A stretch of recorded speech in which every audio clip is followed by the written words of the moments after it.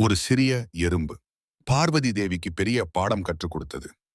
ஒரு நாள் பார்வதி தேவி மனதில் ஒரு சந்தேகம் வந்தது. உலகத்தில் உள்ள எல்லா உயிர்களுக்கும் உணவு அளிப்பவர் சிவபெருமான் தான் என்று எல்லோரும் சொல்கிறார்கள். ஆனால் உண்மையிலேயே அது சாத்தியமா? அதை சோதிக்க நினைத்தார் பார்வதி தேவி. அவர் ஒரு சிறிய எறும்பை பிடித்து ஒரு மூடிய பெட்டிக்குள் வைத்தார். இப்போது இந்த எறும்புக்கு உணவு கிடைக்காது. அப்போ சிவன் எப்படி எல்லோருக்கும் உணவு தருகிறார் என்று பார்க்கலாம் என்று நினைத்தார். அன்று முழுவதும் அந்த பெட்டி திறக்கப்படவில்லை. மாலையில் பார்வதி தேவி சிரித்தபடி அந்த பெட்டியை திறந்தார். ஆனால் உள்ளே பார்த்ததும் அவர் அதிர்ச்சியில் நின்றுவிட்டார். அந்த எறும்பின் அருகில் ஒரு சிறிய அரிசி தானியம் இருந்தது.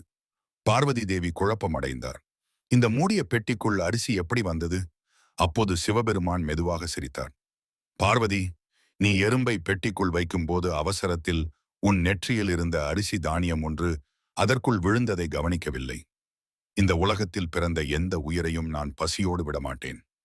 அந்த நொடியில் பார்வதி தேவியின் கண்களில் ஆனந்த கண்ணீர். அவர் உணர்ந்தார், இறைவன் தரும் அருள் நாம் நினைப்பதற்கும் அப்பாற்பட்டது. ஹர ஹர.